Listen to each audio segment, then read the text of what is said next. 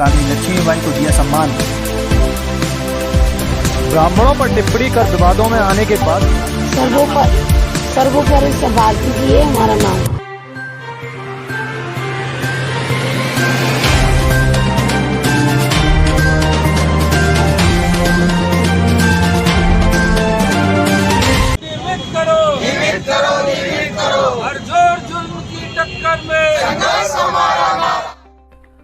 ग्वालियर के मुख्य चौराहे फूलबाग में अतिथि विद्वान नियमितीकरण संघर्ष मोर्चा के बैनर तले चल रहे धरना प्रदर्शन का आज 18वां दिन चल रहा है। इस अवधि में इस चौराहे से प्रदेश के अनेकों मंत्री और राजनेता गुजरे। 2 दिन पहले ही धरना स्थल से 50 कदम दूरी पर प्रदेश के मुखिया ने एक जनसभा की, किंतु किसी ने इन विद्वानों के चल रहे विरोध प्रदर्शन की तरफ ध्यान केंद्रित नहीं किया। बता दें कि प्रदेश के 4500 अतिथि विद्वान अपनी मांग को लेकर विरोध धरने में डटे हुए हैं। इनका ये विरोध आगामी विधानसभा चुनाव में भी प्रभाव डाल सकता है। इनका कहना है कि कमलनाथ सरकार के समय वर्तमान केंद्रीय मंत्री ज्योतिरादित्य सिंधिया ने अतिथि शिक्षकों को भरोसा दिलाया था कि वे उनकी मांगों को सीएम शिवराज के सामने रखेंगे।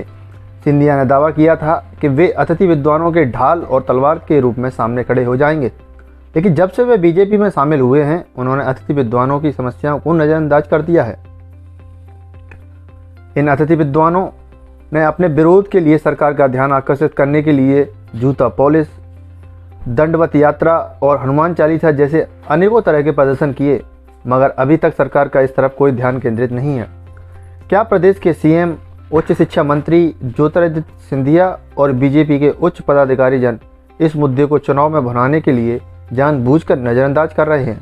आइए सुनते हैं इस संघर्ष मोर्चा के अध्यक्ष का क्या कहना है इस विरोध प्रदर्शन के बारे में। धरना ये 27 अक्टूबर से चालू हुआ है, दीपावली के बाद। जैसा कि माननीय सिंधिया जी ने टीकमगढ़ की सभा में 2019 में, जब वो कांग्रेस सरकार में थे, कांग्रेस की सरकार थी उस समय, माननीय बोला भी था टीकमगढ़ की सभा में कि अतिथि विद्वानों का नियमितीकरण का जो अपने मैनिफेस्टो में दिया हुआ है 17.22 पर, उसे सरकार को पूरा करना चाहिए।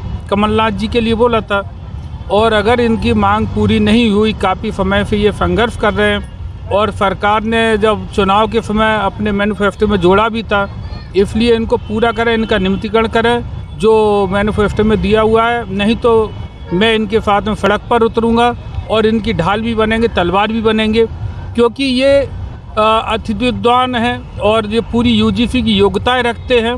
और नियमितीकरण के लिए जब आपने बोला फिर क्यों नहीं कर रहे हैं, तो माननीय सिंधिया जी को याद दिलाने के लिए कि आप तो जीत कर राजभवन पहुंच गए, मंत्री बन गए, लेकिन अतिथि विद्वान अभी भी सड़कों पर ही है और आपसे आप लगाए हुए बैठे हुए हैं कि आप हमारी जो नियमितीकरण की मांग है वो कब पूरा करेंगे, जल्द से जल्द पूरा करें। जैसा कि अभी आप मीडिया के माध्यम से सुनने के लिए आया कि आपको कोरोना पॉजिटिव हो गए, तो इसलिए अतिथि विद्वानों ने श्री रामचरितमानस का पाठ किया और कल उसका यहाँ पे भंडारा था, सभी लोगों ने प्रसादी पाई। और माननीय मुख्यमंत्री जी शिवराज सिंह चौहान जी अभी 3 दिन का अधिवेशन एबीवीपी का, वो यहाँ पर आए, जबकि हमारे आंदोलन स्थल से 50 कदम की दूरी पर अधिवेशन चल रहा है।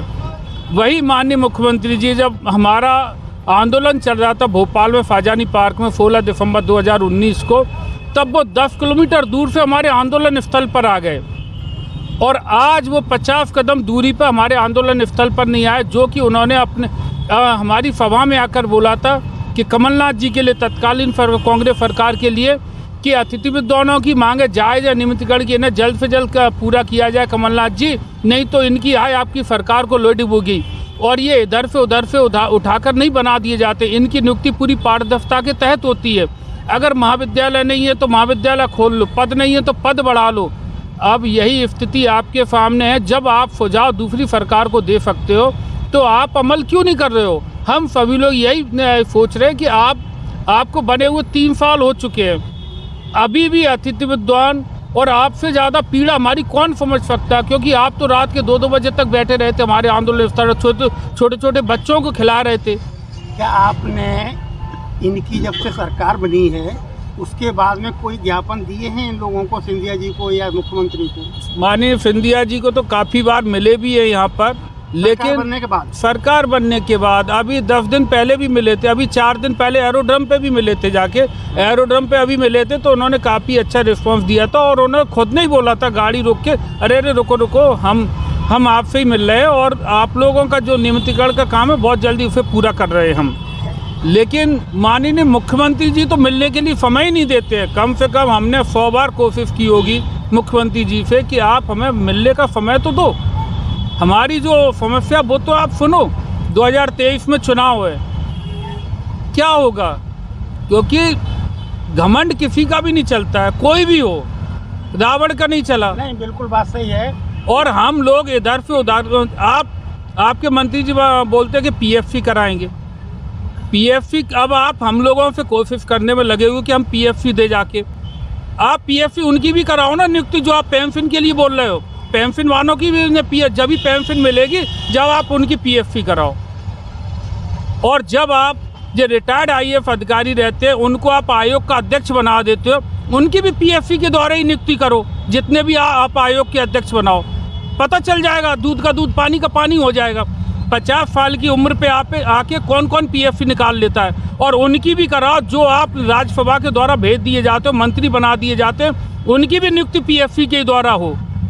अच्छा, नियमितीकरण के अलावा आपकी इस धरने में और क्या क्या मांगे हैं? नियमितीकरण के अलावा हमारी कोई मांग ही नहीं है। हमारी एक ही मांग है, अदर राज्यों में, बीजेपी शासित अन्य राज्यों में अतिथि विद्वानों को नियमित किया गया है। जैसे हरियाणा में किया है, हिमाचल में किया है, उत्तर प्रदेश में किया है, और भी कर्नाटक में किया है, और भी जो सरकार है उन्होंने भी पश्चिम बंगाल में किया है, पंजाब में किया है, और वो आपके दिल्ली में किया है। फिर मध्य प्रदेश में क्यों नहीं किया जा सकता? जबकि बीजेपी सरकार ने 2003, 2005, 2007 में एडॉक वालों को, आपाती वालों को, इन लोगों को नियमित किया है। फिर अतिथि विद्वानों को नियमित करने में क्या दिक्कत आ रही है? या फिर आप लोग जो बाहरी राज्य के उम्मीदवार रहते हैं उन्हीं लोगों को क्या ना नियुक्त कर सकते हो पीएफसी के द्वारा। 2017 में वोट हम आपको देते हैं और पीएफसी के द्वारा नौकरी आप देते हो अदर राज्य वालों को। ये कहाँ का न्याय है? जैसे कि आपने 2017 में पीएफसी कराई थी, उसका हाल आप देख ही रहे हो। सुप्रीम कोर्ट ने कितनी बार आप सरकार की खिंचाई की है, हाई कोर्ट ने 3-4 बार उसमें बोल दिया कि आप रिवाइज लिफ्ट दो, रिवाइज लिफ्ट दो। 6 साल 7 साल हो चुके हैं उस पीएफसी को, अभी भी वेटिंग लिफ्ट उठाई जा रही है। अतिथि विद्वानों को नौकरी से बाहर कर दिया जाता है, क्योंकि फॉलन आउट जिसका शब्द दिया हुआ है, फॉलन आउट कर दिया जाता है, क्योंकि ये इनकी एक सोची समझी साजिश रहती है सरकार की।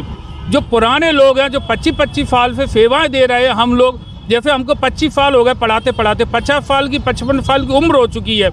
इस उम्र में हम कहाँ जाएंगे? यही माननीय मुख्यमंत्री शिवराज सिंह चौहान जी ने बोला था, इस उम्र में ये कहाँ जाएंगे, कौन इनको नौकरी देगा?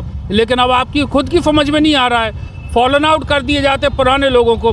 हमारे समय पर हमारी परसेंटेज बनती थी 60-65%, अब बच्चों की बन रही 95%। क्या संभव है कि हम लोग उनसे टक्कर ले पाएंगे परसेंटेज में?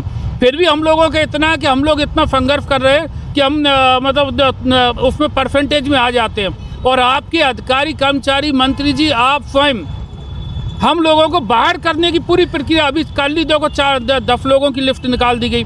पहले लिफ्ट पेपरों में आती थी, उस पर डलती थी, हायर एजुकेशन की साइड पर डलती थी। अब साइड पर नहीं डलती है, सीधे प्राचार्य को मेल होता है, प्राचार्य को पता चलता है कौन कौन फॉलन आउट हो गए, कौन कौन ये हो गए। अतिथि विद्वानों को आप बाहर करने की साजिश बंद करो। जो आपने बोला है नियमितीकरण का, उसे जल्द से जल्द पूरा करें। अतिथि विद्वानों का भविष्य बर्बाद न, उनका भी घर है, परिवार है, बच्चे हैं। जी, हम लोग 4500 अतिथि विद्वान हैं, जिसमें ग्रंथपाल, कीड़ा अधिकारी, हम सभी लोग उसमें शामिल हैं। और हमारे सभी अतिथि विद्वान यहाँ पर हैं, चाहे वो रीवा से हो, सागर से हो, छतरपुर से हो, भोपाल से हो।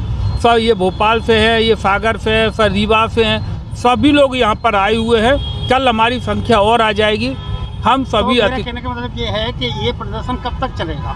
ये प्रदर्शन जब तक चलेगा जब तक हमारी मांगे मान्य नहीं होती नियमितीकरण की। और एक चीज़ और हम सरकार को बताना चाहते हैं, ये एक सरकार, माननीय मुख्यमंत्री जी, सभी लोग ध्यान से सुन लें। अतिथि विद्वान ऐसे लोगों को पढ़ाते हैं जो 18 साल से कम ज़्यादा उम्र के होते हैं, वोटर होते हैं।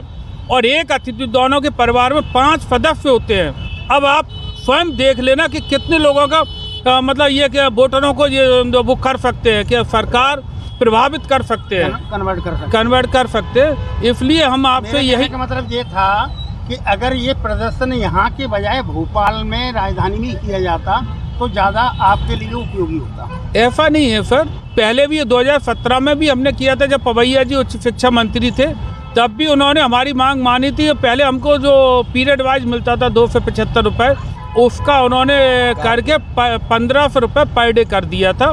पवैया जी ने हमारी मांग मानी थी, इसी सरकार ने हमारा अच्छा भी किया है, पैसे भी बढ़ाए।